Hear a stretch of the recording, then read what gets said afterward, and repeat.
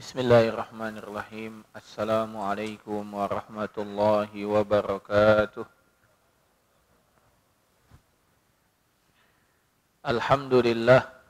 Alhamdulillahi rabbil alamin. Wabihi nasta'inu ala umurid dunya waddin. Assalatu wassalamu ala ashrafil anbiya'i wal mursalin. Nabiyyina Muhammad wa ala alihi wa sahbihi wa man sara ala nahjihi wa iqtafa asarahu ila yaumiddin. Allahumma inna nas'aluka ilman nafi'an wa rizqan tayyiban wa amalan mutaqabbala. Allahumma arinal haqqa haqqa warzuqna ittiba'ah wa arinal batila batila warzuqna jitinabah wa la taj'alhu multabisan alaina fanadil. Bapak-bapak, ibu-ibu, kaum muslimin wal muslimah, para ikhwan dan akhwat, serta para santri yang semoga dirahmati oleh Allah Subhanahu wa taala. Alhamdulillah, pada malam hari ini kita masih diberikan begitu banyak nikmat oleh Allah Subhanahu wa taala, yang mana nikmat tersebut harus kita bersyukur.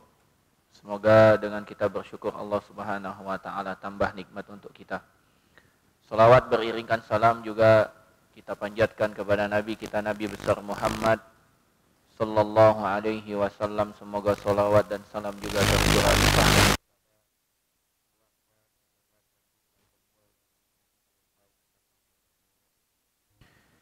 Bapak-bapak, ibu-ibu, para ikhwan dan akhwat serta para santri yang semoga dirahmati oleh Allah Subhanahu wa taala. Insyaallah pada malam hari ini kita melanjutkan pembahasan kita dari kitab Riyadhus Shalihin, kitab yang sangat bermanfaat, kitab yang dicintai oleh kaum muslimin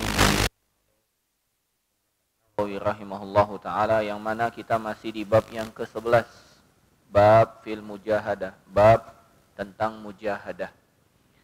InsyaAllah pada malam hari ini kita akan membaca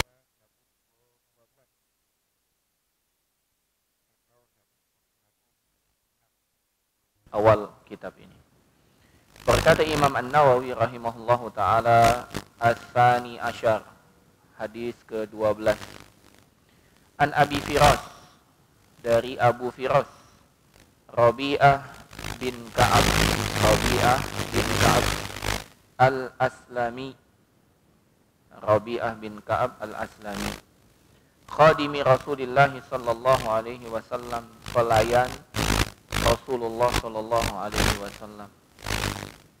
Wa min ahli suffah, dan dia termasuk dari ahli suffah radhiyallahu anhu, semoga Allah meridhoinya. Qala, dia berkata, kuntu abitu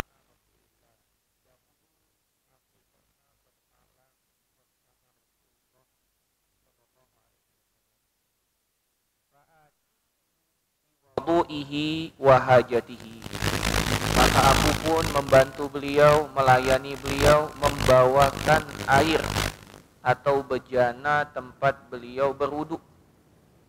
Aku juga membawa kebutuhan-kebutuhan beliau yang lain. Faqala, setelah aku melayani tempat untuk beliau berwudu bersama airnya, aku juga bawa keperluan-keperluan yang beliau butuhkan. Beliau berkata kepadaku, salni, mintalah. Nabi SAW ingin berterima kasih, maka Nabi pun berkata kepada beliau, yaitu kepada Abu Firas Rabi'ah bin Ka'ab Al-Aslami.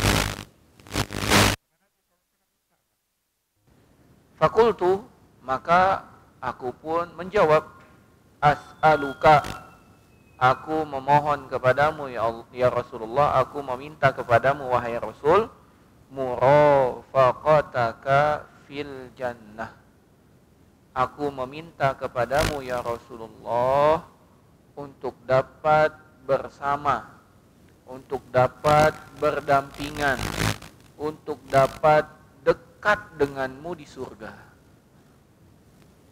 Dan inilah tema kita malam hari ini, bersama Nabi Muhammad SAW di surga.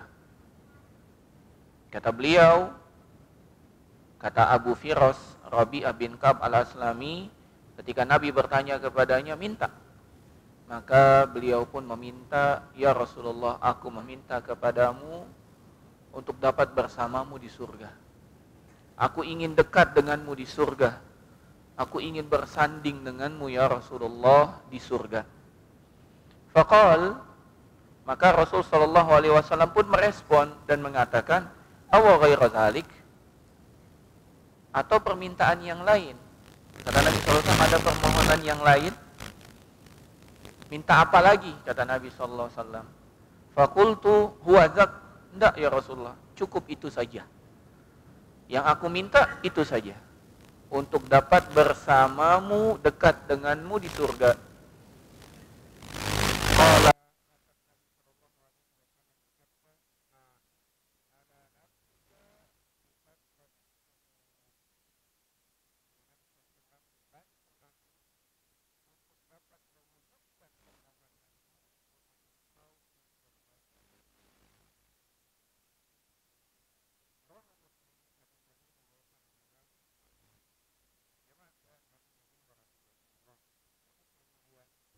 hadis yang agung, hadis yang syarat akan faedah.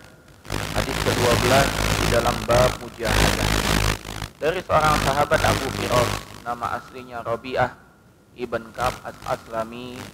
Beliau juga termasuk pelayan dari Nabi Muhammad SAW. Yang paling terkenal dari pelayannya Rasul SAW adalah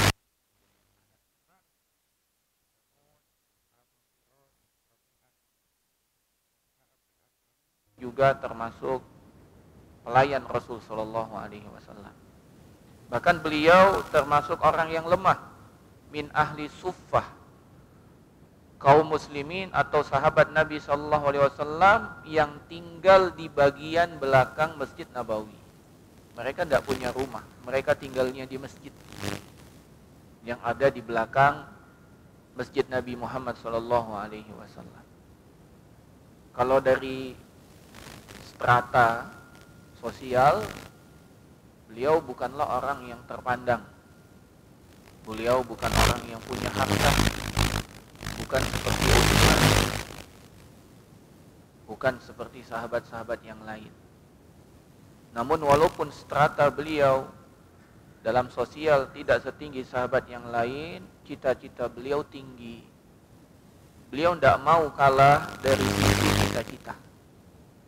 Boleh dari segi materi saya kalah, boleh dari segi kedudukan sosial kalah, namun saya tidak mau kalah dari cita-cita. Dan cita-cita tertinggi seorang muslim masuk surga. Dan cita yang lebih tinggi lagi dari masuk surga Firdaus. Dan lebih tinggi lagi dari cita-cita masuk surga Firdaus, bisa dekat dengan Rasul sallallahu alaihi wasallam. Itu cita-citanya. Beliau tidak memusingkan tidak punya rumah.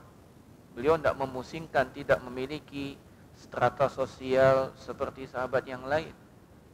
Namun hal itu tidak menyurutkan semangat beliau untuk meminta seperti apa yang diminta oleh sahabat-sahabat mulia yang lain. Beliau minta surga. Bahkan bukan hanya minta surga, beliau minta bisa dekat dengan Rasul di surga. Jamaah sekalian rahimani wa rahimakumullah. Beliau bercerita, kuntu abitu ma'a Rasulillah. Aku pernah bermalam bersama Rasul. Dan ini merupakan kerendahan hati Rasulullah sallallahu alaihi wasallam. Seorang Rasul, seorang hamba pilihan Allah Subhanahu wa taala, kekasih Allah, namun tidak menjadikan beliau jumawa, angku dan sombong. Bahkan dari salah satu sifat Rasul sallallahu alaihi wasallam, beliau begitu dekat dengan orang-orang lemah. Sebagaimana pertanyaan Heraklius kepada Abu Sufyan ketika tiba surat kepada Heraklius, Heraklius langsung ingin tahu siapa Muhammad ini. Maka dipanggil Abu Sufyan yang waktu itu belum masuk Islam. Pertanyaan,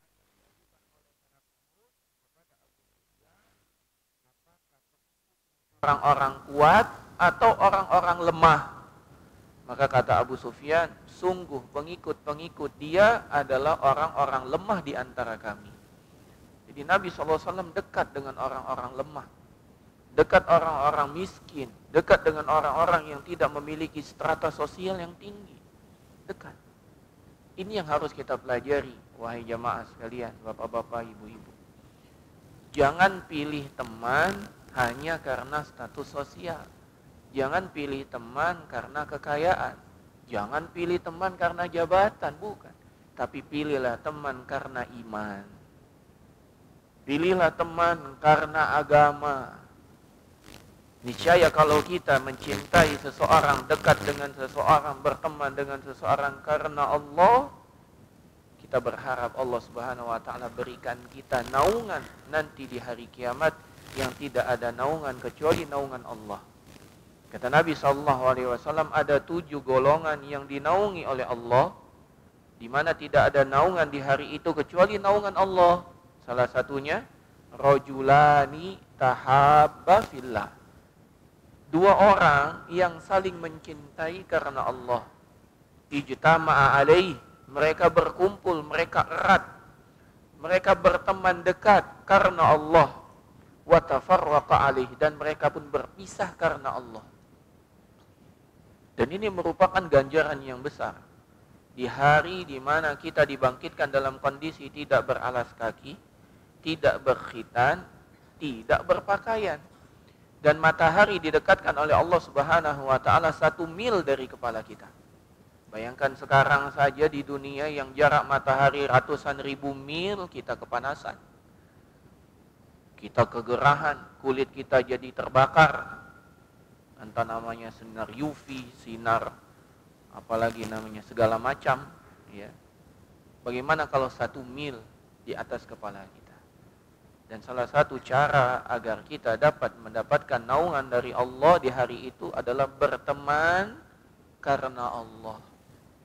Bukan karena jabatan, bukan karena yang lain. Alangkah indahnya kalau seandainya pertemanan kita karena Allah, dan teman kita itu memiliki kelebihan harta yang dapat menulung agama Allah. Itu merupakan keutamaan. Jamaah sekalian rahimani wa rahimakumullah, Rasulullah SAW pernah, ya dia sahabat Abu Firas Rabi'ah, pernah tidur bersama Rasulullah SAW. Maka Rasulullah SAW pun bangun. Dan dari kebiasaan Nabi SAW, beliau bangun ya untuk sholat malam. Dan beliau pun bangun.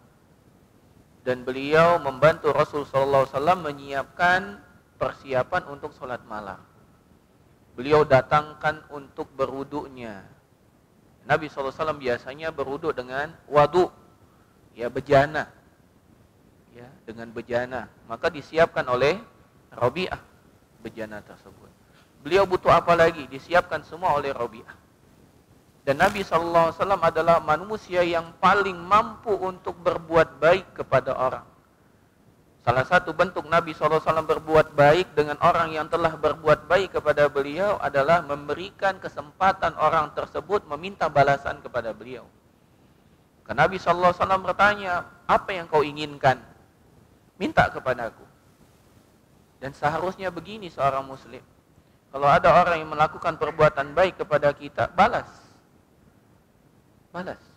Sebagaimana dalam hadis sahih Nabi SAW bersabda, jika salah seorang di antara kalian mendapatkan kebaikan dari orang lain, fakafi'uhu, balas. Dan balasnya harus lebih baik. Andai tak mampu kita membalas lebih baik, minimal sama. Andai kita tidak memiliki apa yang kita bisa mampu membalasnya, kata Nabi SAW, fad'u lahu, doakan dia. Sampai-sampai kita mengira doa kita betul-betul telah setara dengan kebaikan yang telah ia berikan kepada kita. Ini penting. Banyak orang ketika diberikan kebaikan, orang itu mengatakan, oh sudah keharusan bagi dia bantu saya. Tidak. Andai itu memang kewajiban dia untuk membantu kita, dari adab yang harus kita kedepankan, kita mengucapkan terima kasih. Jangan lupa pada istri kita, kepada anak kita, jangan lupa pada santri kita, jangan lupa ucapkan kepada guru kita. Banyak kita lupa setelah pelajaran tidak ucapkan terima kasih. Itu kebaikan yang disampaikan, ucapkan terima kasih. Ucapkan terima kasih, ini adab. Ya. Kebaikan yang tidak bisa dinilai dengan materi, kebaikan ilmu. Yang mana ilmu itu jauh lebih baik daripada harta. Jangan terima kasih. Anda yang tidak bisa mengucapkan terima kasih, doakan. Doakan dengan doa terbaik yang dapat kita berikan kepada guru-guru kita. Jamaah sekalian rahimani wa rahimakumullah, ada beberapa pelajaran dari hadis ini. Yang pertama, bahwasanya surga itu tidak bisa atau diraih bukan hanya dengan doa. Doa itu penting, memohon itu penting, namun harus diwujudkan. Makanya Nabi SAW meminta kepada Rabi'ah untuk menolong Nabi SAW agar apa yang dia minta terwujud. Dengan apa? Banyak sholat. Dan ini faedah yang kedua, amalan yang paling utama yang dapat memasukkan seorang kepada surga adalah sholat. Memperbanyak sujud. Dan ketika disebut sujud, yang dimaksud sujud bukan sujud saja, namun yang dimaksud sholat. Yang berikutnya, jamaah sekalian rahimani wa rahimakumullah, semangat para sahabat dan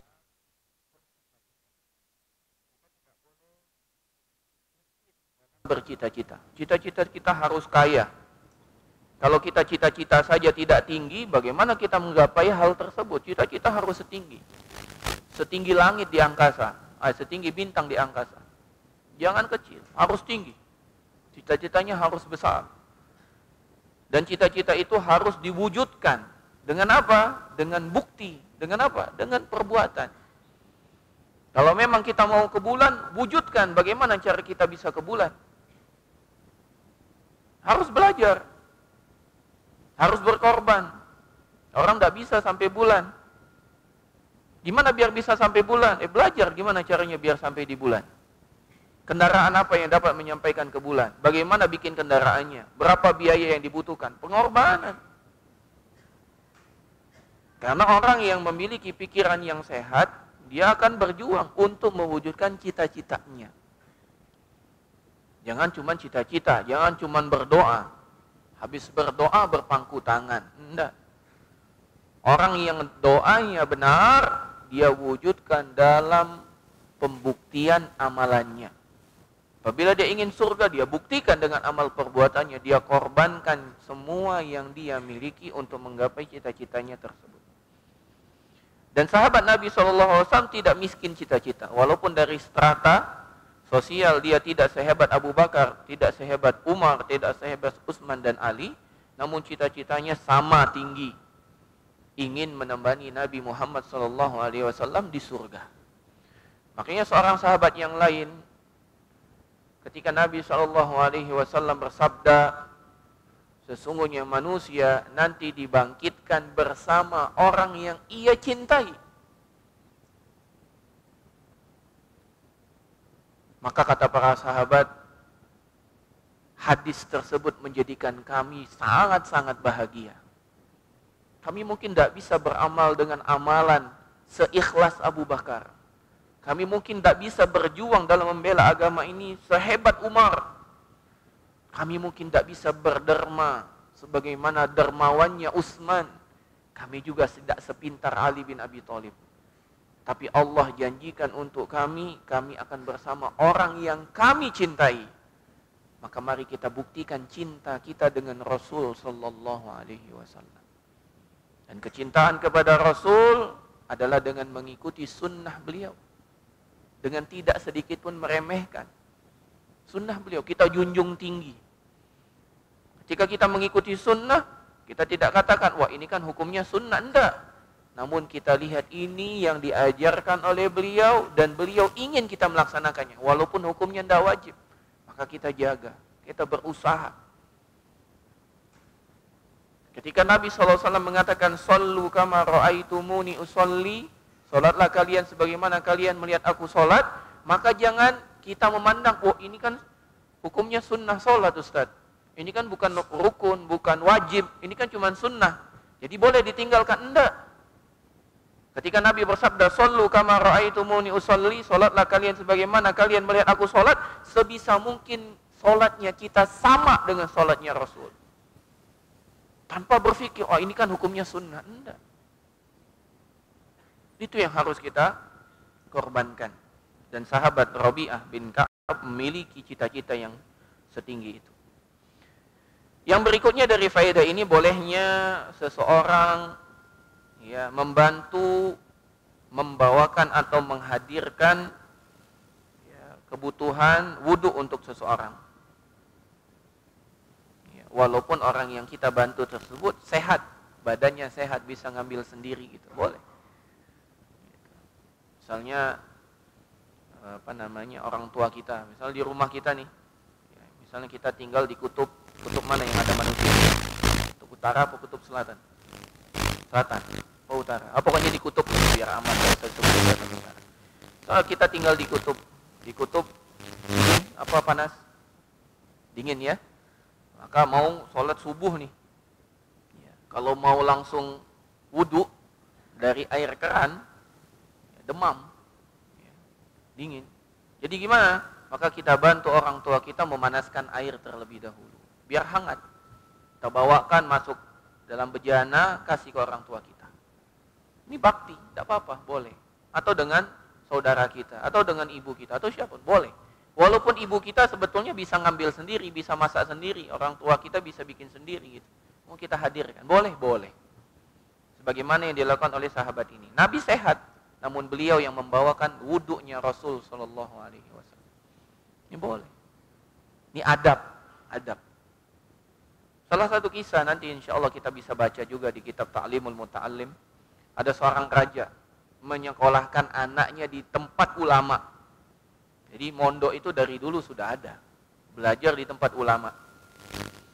Maka ketika raja itu datang ke tempat anaknya mondok, bahasa kita, tempat anaknya mondok, dia lihat sang guru, sang ulama itu ngambil wudhu sendiri, nimba sendiri, wudhu sendiri. Maka sang raja mengatakan, mana anakku? Maka kata sang ustadz itu, sang ulama itu, ada di sana. Maka sang raja langsung mendatangi anaknya, wahai anakku, engkau kutitipkan di sini untuk melayani gurumu. Kenapa kau biarkan gurumu itu ngambil tempat wudhunya sendiri? Mulai sekarang engkau yang mengambilkan air wudhunya, dan engkau harus bantu dia untuk berwudhu. Raja yang ngomong. Santri di sini anak raja bukan? Anak presiden? Kan enggak. Siapa yang lebih berhak untuk mengamalkan ini? Ini kita belajar adab, di mana memang kita hidup di degradasi adab. Adab dibandingkan orang zaman dulu dengan sekarang, wah, terkikisnya jauh. Cara bicaranya, ya, banyak. Maka sejatinya orang yang belajar agama itu, dia sedang memperbaiki adabnya. Dan ketika kita belajar adab, jangan lihat orang. Kakak kelas saja adabnya kurang. Wajarlah kalau kami seperti ini. Enggak, kita belajar adab bukan seperti itu konsepnya. Tapi kita belajar adab, bagaimana kita yang menjadi contoh. Kan doa kita jelas. Rabbana hablana min azwajina wa zurriyatina qurrata a'yun waj'alna lil muttaqina imaman. Kita ini mau jadi imam. Sah enggak? Kalau anak kelas 7 jadi imam, yang makmumnya kelas 8, kelas 9, sah apa enggak? Sah. Kalau kelas 7 sah jadi imam, ya apalagi dalam adab, sah dia menjadi teladan bagi kakak kelasnya. Jadi jangan dibalik logikanya. Kakak kelas begitu, ya kami begitu. Enggak begitu. TD juga begitu, Ustaz. Enggak, itu enggak jadi dalil. Bahkan harusnya antum itu menjadikan kakak kelas antum itu malu. Masa yang lebih muda lebih beradab daripada yang tua. Begitu konsep. Jamaah sekalian rahimani wa rahimakumullah, yang selanjutnya dari faedah hadis ini, ijtihadur Rasul sallallahu alaihi wasallam fi islahi ashabihi wa tarbiyatihi. Nabi sallallahu alaihi wasallam sangat bersemangat untuk menasihati, mengajarkan para sahabat, menunjuki para sahabat dengan perkara yang paling utama. Di perkaranya bukan yang utama, yang paling utama. Nabi memberikan kesempatan para sahabat untuk meminta. Kemudian Nabi SAW menawarkan lagi, ada pilihan yang lain enggak? Setelah itu Nabi SAW ajarkan lagi bagaimana agar yang dia minta dapat terwujud. Kasih bimbingan. Kasih bimbingan. Ini pengajaran yang luar biasa dari Nabi kita Muhammad sallallahu alaihi wasallam. Yang selanjutnya fihi bayanu tahqiqil ubudiyah.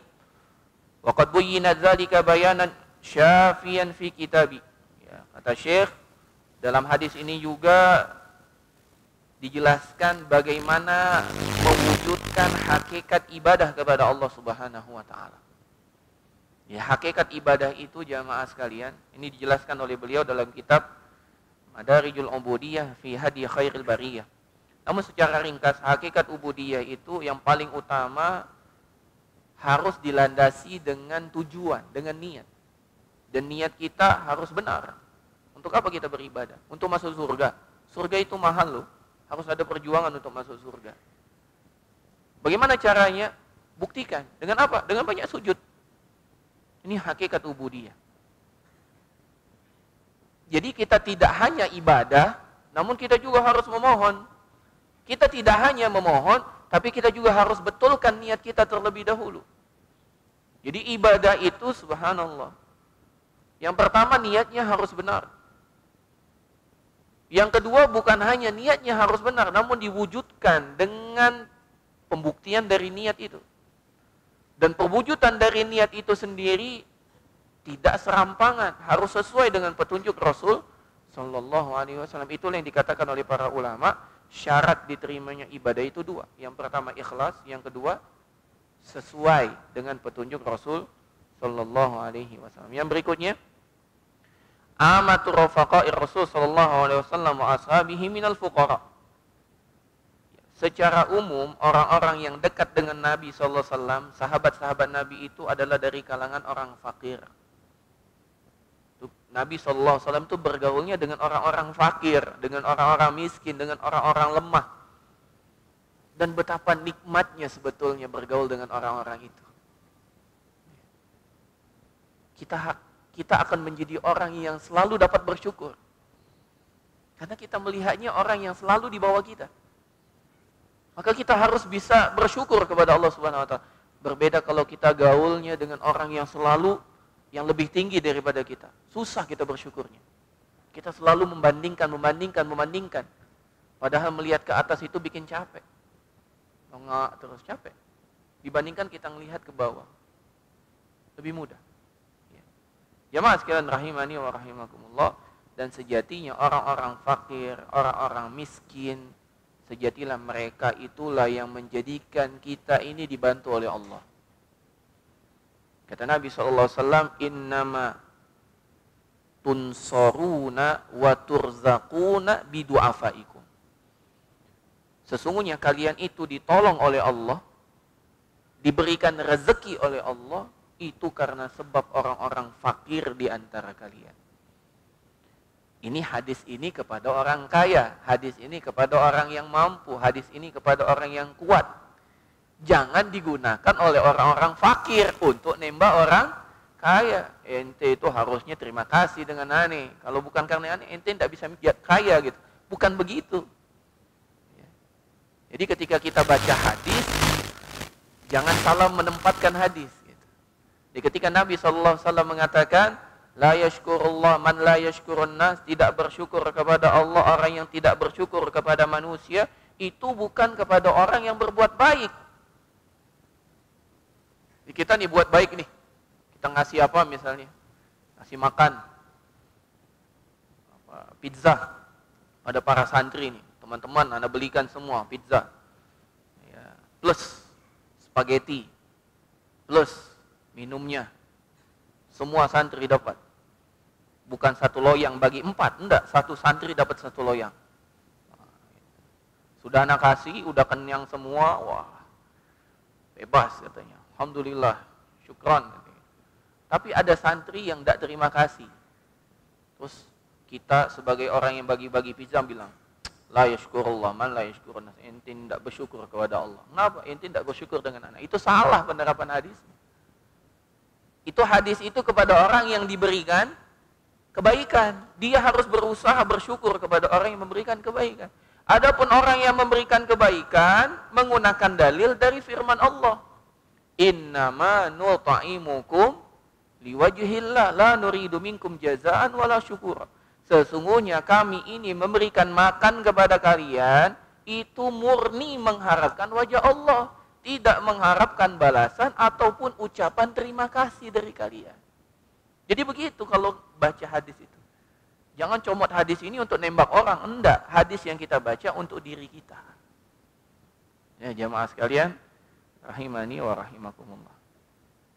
Selanjutnya dari faedah hadis ini, sahabatul Rasul sallallahu alaihi wasallam yaqsiduna mardatillah wa murafaqata Rasulillah sallallahu alaihi wasallam fil jannah li'anna nazarahum lam yakun lid-dunya wa inna ma kana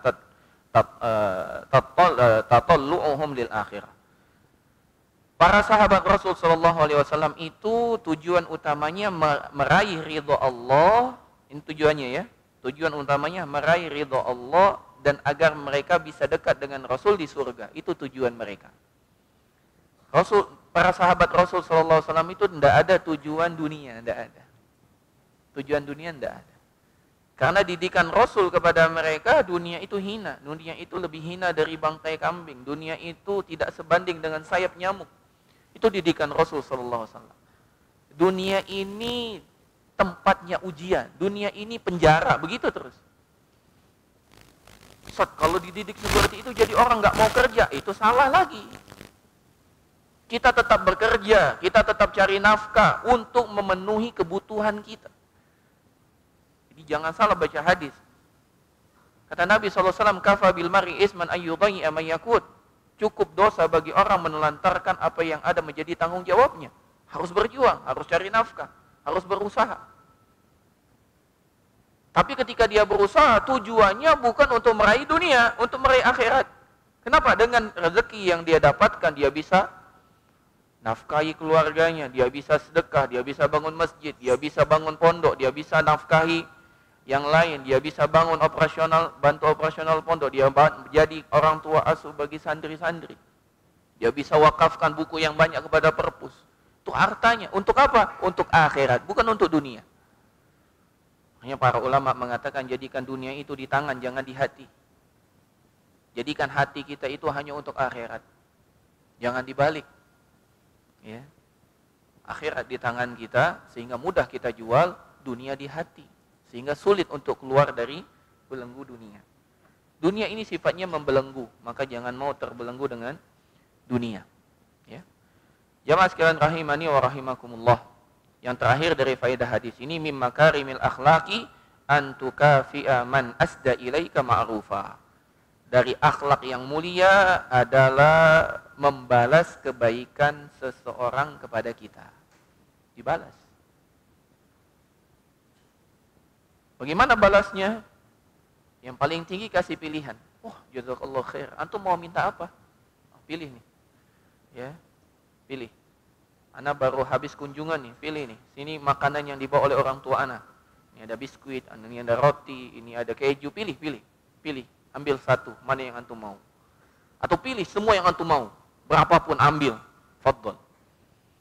Nah, ketika seperti ini, santri juga harus punya etiket, punya adab. Ketika temannya pilih, ambil berapapun yang antum mau, ya ambil satu saja. Ketika teman antum ambil semua yang antum mau, habis. Nah, ini tidak punya adabnya. Ini namanya aji mumpung. Jangan, tidak boleh begitu. Ya, harus punya tetap adab. Nah, cukup. Jazakallahu khairan. Kalau kita seperti itu, teman kita tambah cinta dengan kita. Tapi kalau antum dia ambil semua yang antum mau, ya, yang ditampilkan 10. Ternyata di balik 10 ini ada laci lagi. Ada isi 10, diambil 20 sama antum. Jadi bukan hanya yang dipersilahkan, yang disimpan pun antum ambil. Itu orang nggak cinta lagi dengan kita. Karena konsep dalam kehidupan kita itu, izhad fima indan nas yuhibbakan nas. Berlakulah zuhud dengan apa yang ada di tangan manusia. Manusia cinta dengan antum. Artinya apa? Jangan ngambil punya orang tidak akan pasti cinta dengan antum. Orang punya pakaian bagus, puji saja, Masya Allah. Ilbas jadidan wa ishamidan wa mutsyahidan, sudah. Jangan pernah, buka dong, coba. Kayaknya kalau aneh yang pakai bagus gitu. Ada peci teman bagus, wah ini pecinya bagus sekali, coba ambil, bagus buat anak. Orang tidak suka seperti itu. Antum beli makanan, beli sosis, sosisnya enak, cicip dong. Orang tidak suka. Suka enggak? Tidak suka. Kita saja tidak suka. Beli bon cabai, cicip dong, coba dong, ini dong. Orang tidak suka dengan kita. Ya. Tapi kalau antum lihat teman antum, kayaknya dia pengen, tanpa dia minta, coba bon cabai ini. Dia akan cinta dengan antum, antum pun akan dicintai oleh dia. Jadi begitu, jangan minta-minta. Antum punya tangan, minta sama Allah, jangan minta sama manusia. Minta sama Allah. Ya, santri sekalian dan jamaah sekalian, rahimani wa rahimakumullah, jangan minta-minta dengan manusia, jangan. Antum lapar, teman antum makan, antum tidak dikasih, antum telan ludah. Sudah. Jangan minta-minta. Antum tidak kuat, antum wudu, antum ke masjid, antum sholat, minta, ya Allah aku pengen makan ya Allah. Minta sama Allah. Sahabat dulu sampai tali sendal putus pun minta sama siapa? Sama Allah. Ya. Ustaz, berarti nasi goreng minta sama Allah. Ya. Mie goreng Ustaz, kue tiaw Ustaz, minta semua sama Allah. Allah kasih. Surga saja yang mahal Allah kasih buat antum, masa hal yang remeh seperti itu tidak dikasih? Pasti dikasih. Tinggal antum bersabar atau tidak. Ya, jamaah sekalian rahimani wa rahimakumullah. Itulah beberapa faedah hadis 106. Kita lanjutkan hadis ke 107. Berkata Imam An-Nawawi rahimahullahu taala, at-tsalis asyara, ke-13. Hadis ke-13. An Abi Abdillah, dari Abu Abdillah, wa yuqal, dia disebut juga dengan Abu Abdirrahman. Abu Abdirrahman. Siapakah Abu Abdillah? Abu Abdirrahman ini Sauban maula Rasulillah. Sauban namanya, Sauban maula Rasulillah sallallahu alaihi wasallam. Dia berkata, sami'tu Rasulullah sallallahu alaihi wasallam yaqul, aku pernah mendengar langsung dari Rasul sallallahu alaihi wasallam bahwasanya Rasul pernah bersabda, alaika bi kasratis sujud, alaika bi kasratis sujud. Harus, kata Nabi sallallahu alaihi wasallam, usahakan, berjuang agar engkau memperbanyak sujud. Banyak-banyaklah engkau sujud, kata Nabi sallallahu alaihi wasallam. Fa innaka, kenapa harus banyak sujud? Kata Nabi sallallahu alaihi wasallam, karena sesungguhnya jika engkau sujud, lantas judalillahi sajdatan.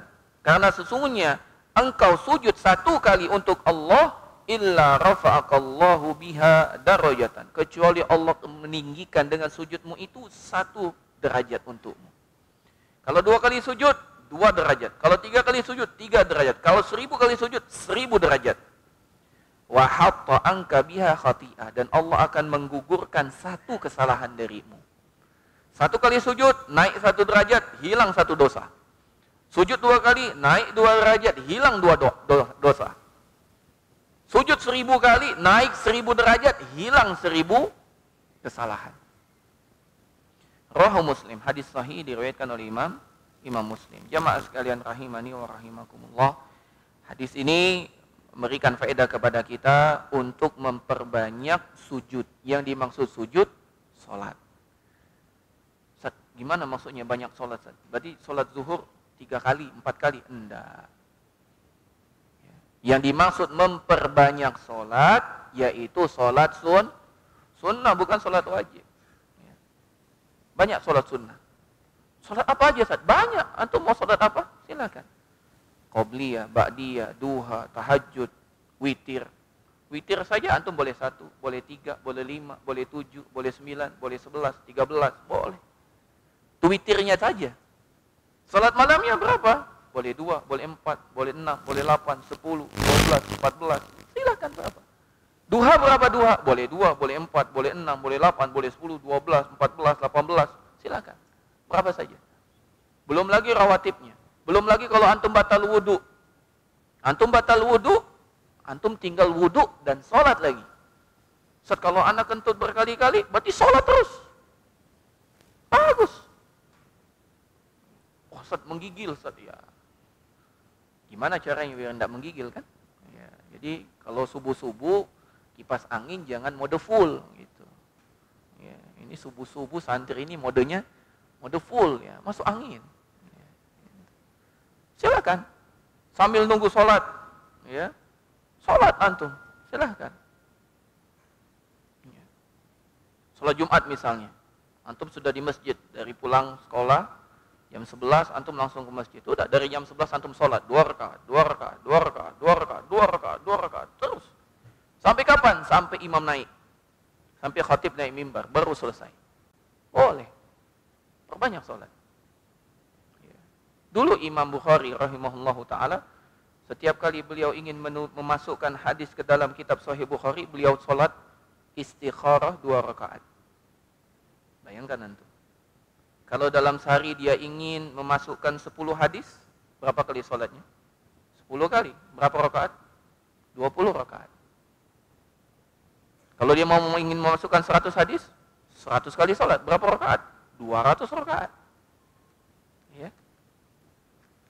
Jadi perbanyak sholat. Yang kedua dari faedah hadis ini, hendaknya setiap muslim semangat untuk melaksanakan sholat yang wajib, yang sunnah, apalagi yang wajib. Semangat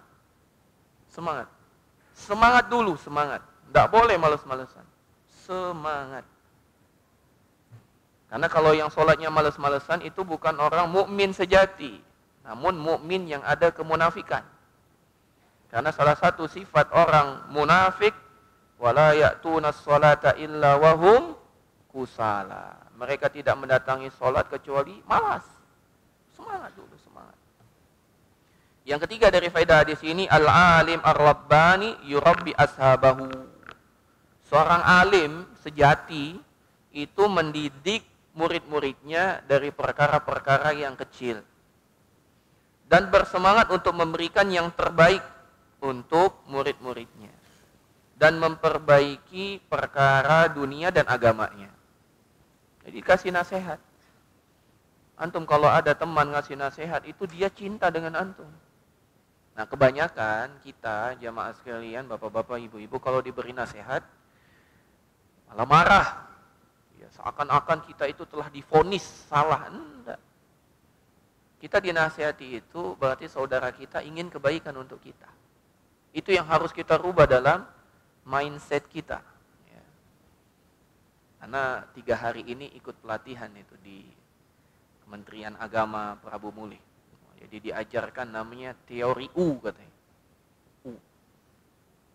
Kalau U kebuka, kalau N tertutup katanya. Nah, salah satu yang dipahami dari teori U itu adalah yang pertama kita harus open. Open apa? Open dalam menerima kebaikan, dalam menerima nasihat. Kalau kita dinasehati, pikir dulu, oh, orang pengen kebaikan. Walaupun bentuk nasihatnya dalam bentuk marah. Ini yang paling banyak jadi konflik dari santri. Ya. Ketika dia dinasehati dengan nada yang tegas misalnya, itu, langsung dia baperan. Ustaz ini marah terus. Ya. Dikit-dikit marah, marah kok dikit-dikit. Enggak, antum harus buka. Oh, berarti kalau ada ustadz masih mau marah dengan antum, berarti ustadz itu sayang atau benci dengan antum? Sayang. Kalau sudah benci, ya, negur antum benda lagi tuh. Ya, jangankan nasihat, negur antum aja enggak mau lagi. Lihat wajah antum aja enggak mau lagi. Tapi kalau antum masih ditegur, masih dipanggil, masih didatangi gitu ya, itu tanda ustadznya masih cinta dengan antum. Bahkan bisa jadi antum lebih dicintai oleh sang ustadz daripada anaknya sendiri.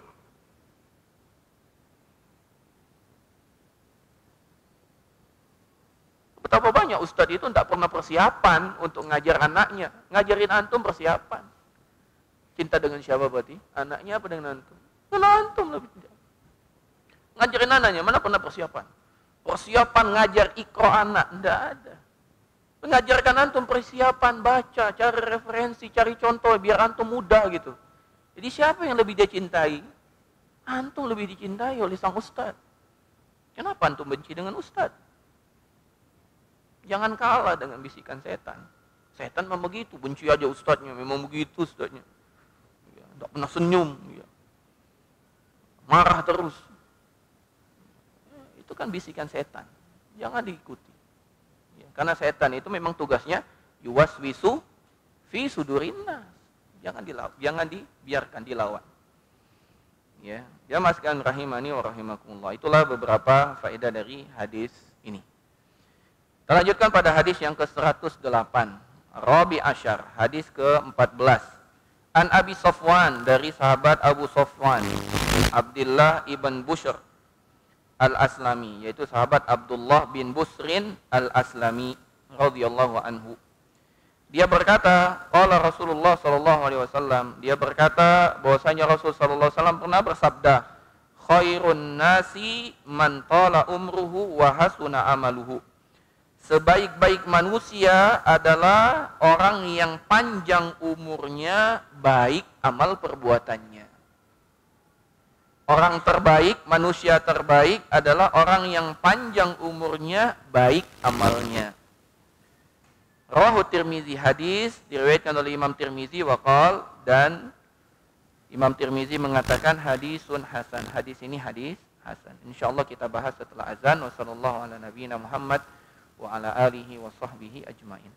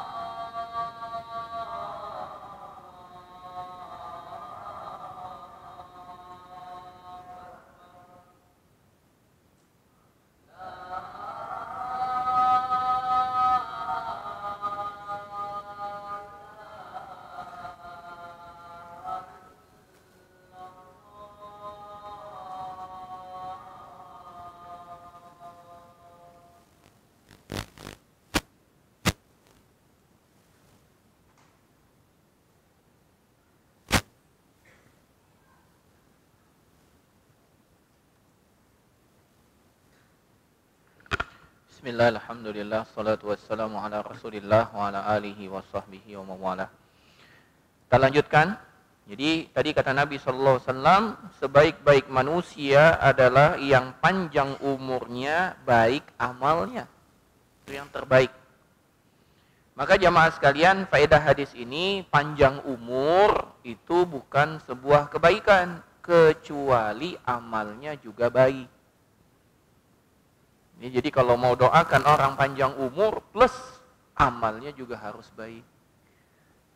Karena kalau seandainya dia panjang umur amalnya tidak baik, bahkan bukan sebaik-baik manusia, bahkan sejelek-jelek manusia, bukan nabung pahala, nambah dosa. Nauzubillah.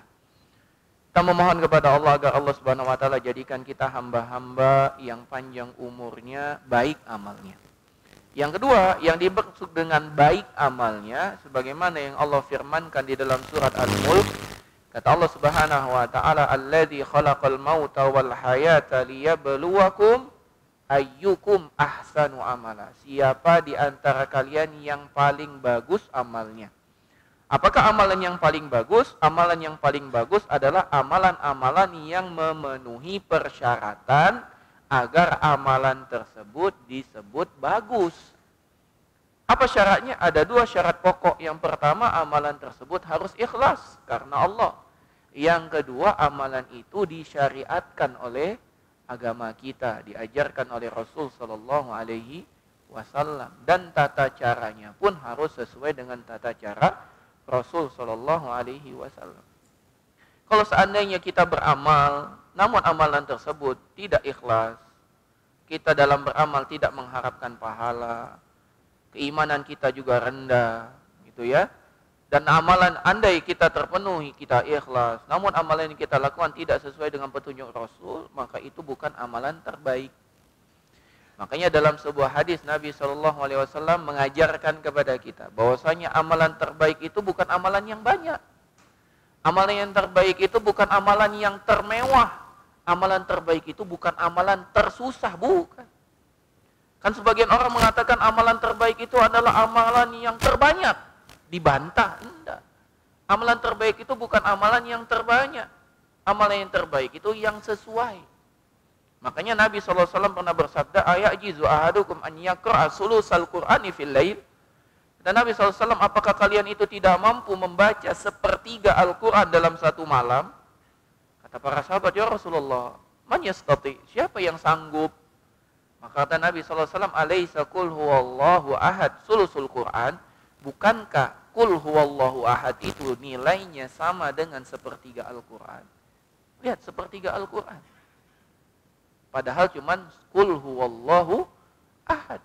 Sedikit, namun utama di sisi Allah Subhanahu wa taala.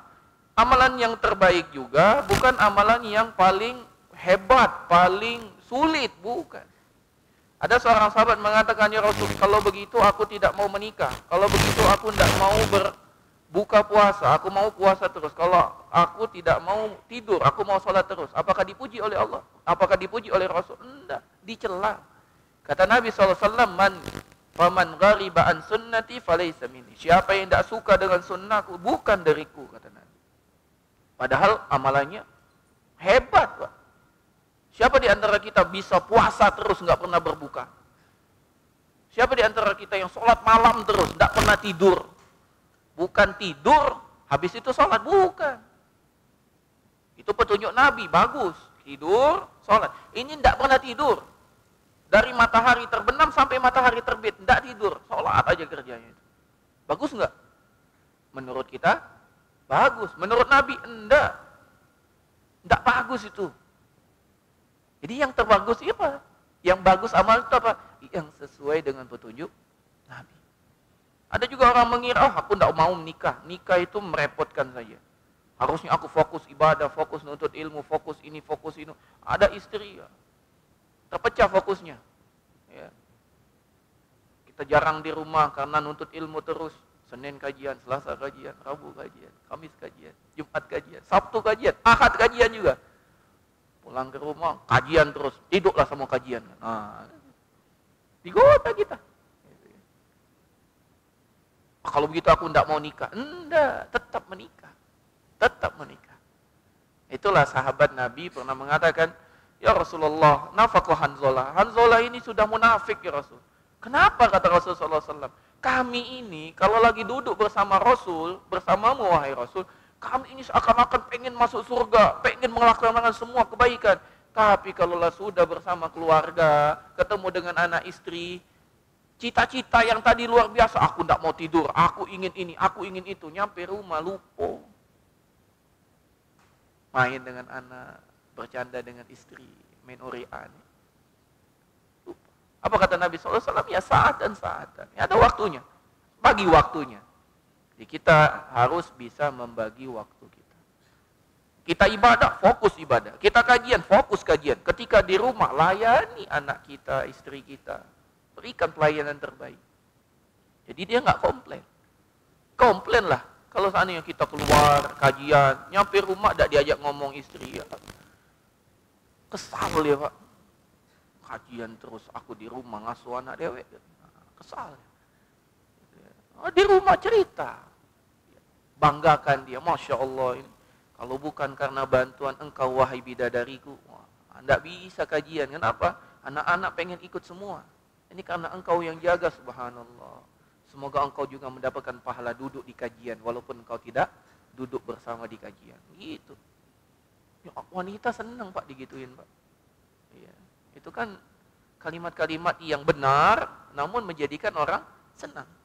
Yang begitu yang harusnya kita lakukan. Jadi orang yang paling bagus, orang yang paling baik adalah yang panjang umurnya, baik amalnya. Semoga Allah Subhanahu wa taala jadikan kita hamba yang panjang umurnya, baik amalnya. Ada hadis berikutnya, yaitu hadis nomor 109. Ini hadis luar biasa, menakjubkan. Sayang kalau dibahas singkat. Jadi insya Allah kita bahas pekan depan. Wassalamualaikum warahmatullahi wabarakatuh. Ajma'in. Nah, ini ada pertanyaan. Assalamualaikum Ustaz. Waalaikumsalam. Ingin bertanya tentang jadwal kajian di Masjid Imam Syafi'i Palembang. Ana di Masjid Imam Syafi'i Palembang setiap hari Ahad pekan pertama. Ahad pekan pertama ba'da asar. Hari Ahad pekan pertama ba'da asar.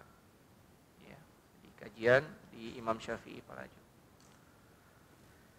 Pertanyaan yang lain mungkin kita tunda karena ada rapat setelah sholat isya. Kita cukupkan dulu jamaah sekalian ketemuan kita sampai di sini. Kita tutup dengan doa kafaratul majlis. Subhanakallahumma wa bihamdika asyhadu an la ilaha illa anta astaghfiruka wa atubu ilaik. Assalamualaikum warahmatullahi wabarakatuh.